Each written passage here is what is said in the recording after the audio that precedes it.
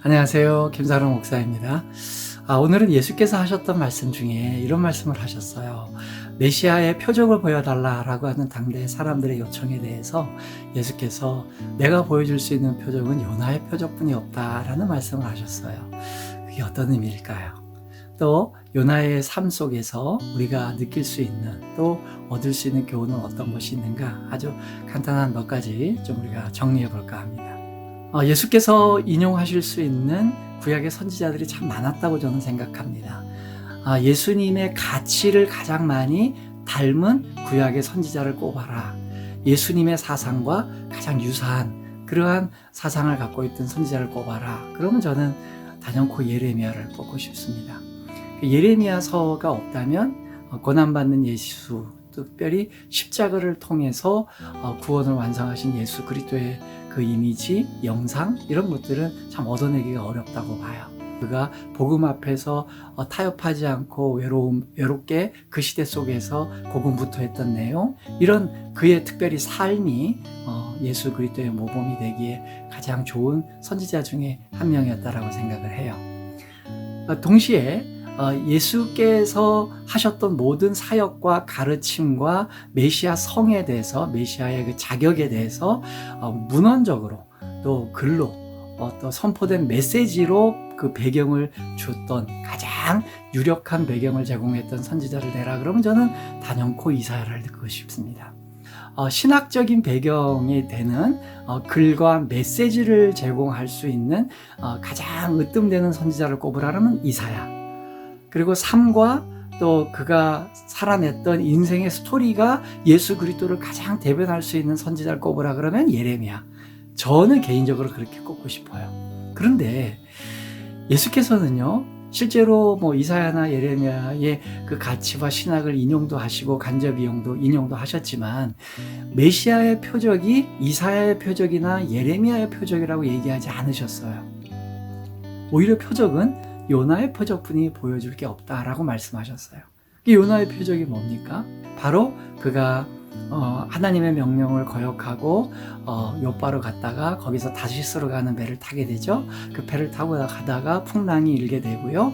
거기에서 자기가 하나님의 명령을 거역하고 갔기 때문에 일어난 일이라고 생각하고 거기에서 바다에 자기를 던져버리라고 요청을 하죠. 주저하는 선원들을 더 다그쳐서 결국은 이제 바다에 빠지게 되죠. 그때 큰 물고기가 요나를 삼키게 되고요. 그래서 물고기 뱃속에서 며칠을 보내게 됩니다. 그리고 그 요나는 며칠 뒤에 다시 물고기가 토해냄으로써 육지로 나오게 되고요. 다시 살아난 거죠. 사실은 거의 죽었는데 바로 이 이야기, 바닷속에 던져져서 죽은 것과 진배 없는 물고기 뱃속에서 보냈던 그 며칠의 삶, 그리고 그가 다시 토에 내쳐져서 육지로 와서 복음 증거자로 다시 길을 나서는 그 과정, 이 스토리가 예수 그리스도께서 십자가를 통해 음부에 가셨다가 오셨던 그 사건을 예표하는 것이다 라고 이제 많은 분들이 메시아의 표적을 그렇게 얘기합니다. 저도 동의하고요. 전반적으로 다 동의가 됩니다. 근데 여기서 이제 제가 하나 더 추가적으로 말씀드릴 거는 요나의 입장을 좀 말씀드리려고 그래요. 여러분들이 요나면 그가 하나님의 명령을 거역하고 욥바로 갔다가 다시스로 가는 배를 타는 것, 또 거기에서 바다에 빠뜨려지고 다시 토에 내쳐지고 하는 이런 과정, 그걸 어떻게 하고 싶으세요? 지워버리고 싶지 않으세요? 맞아요. 하나님의 선지자라면 지워버리고 싶은 흑역사일 거예요.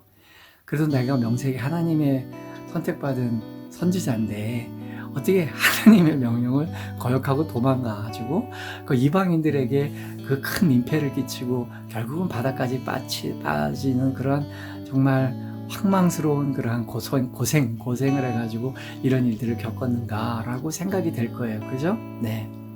그런데 뒤집어 놓고 생각해 보면요, 요나가 그 일이 없었으면 예수 그리스도의 표적이 될 수 없었을 거 아니에요. 자, 무슨 얘기를 하고 싶은가 하냐면요, 우리가 살아가다 보면 때때로 우리는 직접적으로 하나님의 사역에 우리가 관계되어지고 내가 거기에 투입되어지기를 원해요. 이제 저와 같은 목사면 직접 하나님의 사역에 투입이 돼서 현장에, 목회 현장에 있다든지, 아니면 사람들에게 설교를 한다든지, 아니면 뭐 기도를 해준다든지, 안수기도를 해준다든지, 막 이런 사역, 직접적으로 이거는 하나님을 위한 사역이다 라는 게 투여될 때에는 우리는 감동을 느끼는 거예요. 와, 내가 오늘 하루 하나님을 위해 살았다, 하나님이 기뻐하시는 일을 했다 라고 생각할 수 있잖아요.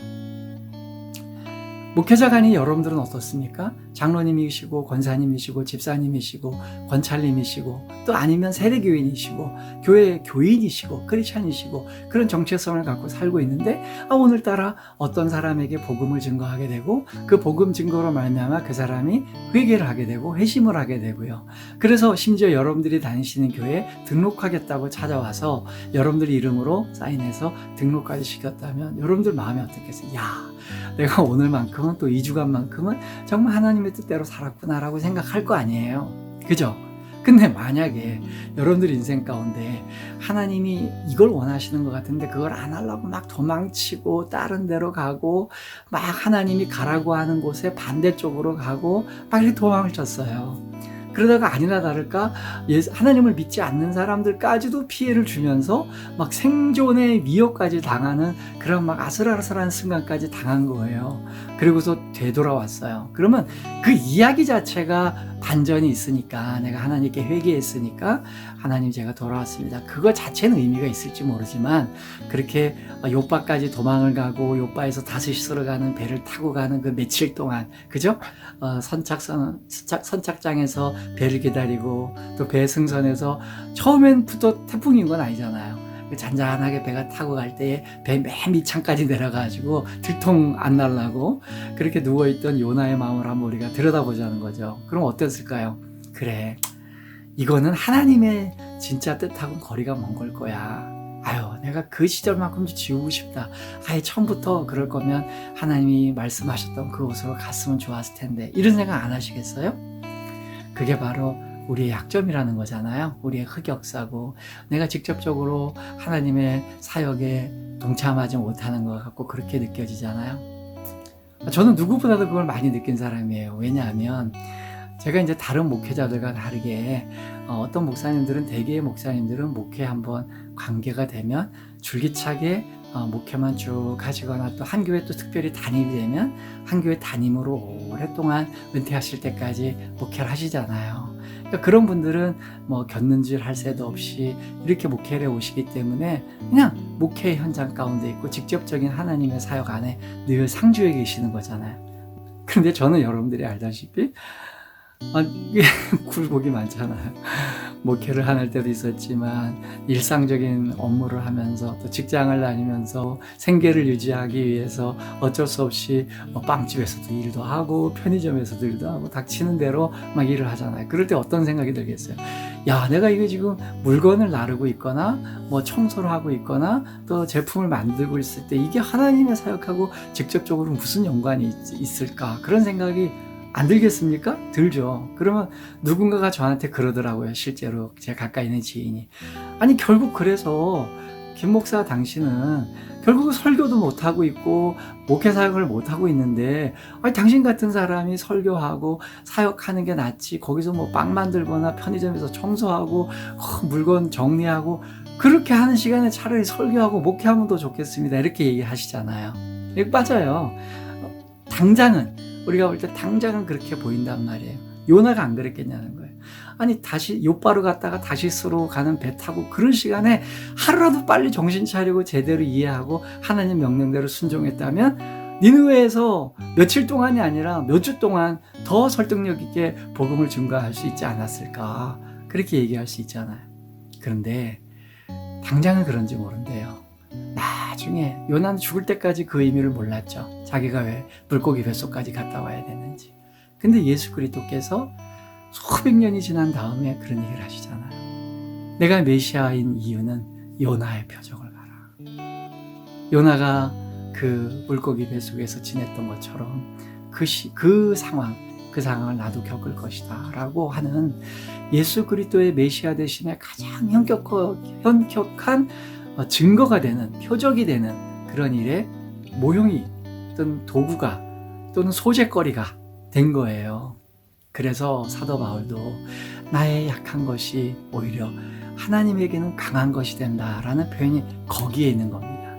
우리의 좋은 거, 우리가 잘한 거, 우리가 정말로 후회하지 않는 거, 그런 것들만이 의미가 깊은 게 아니고요. 때로는 우리의 현격한 실수, 우리의 돌이킬 수 없는 치명적인 약점, 이런 것들을 하나님은 더 의미 깊게 바라보시고 인간들이 쓰는 역사와 다르게 하늘의 역사는 다르게 쓰여지고 있다는 거죠.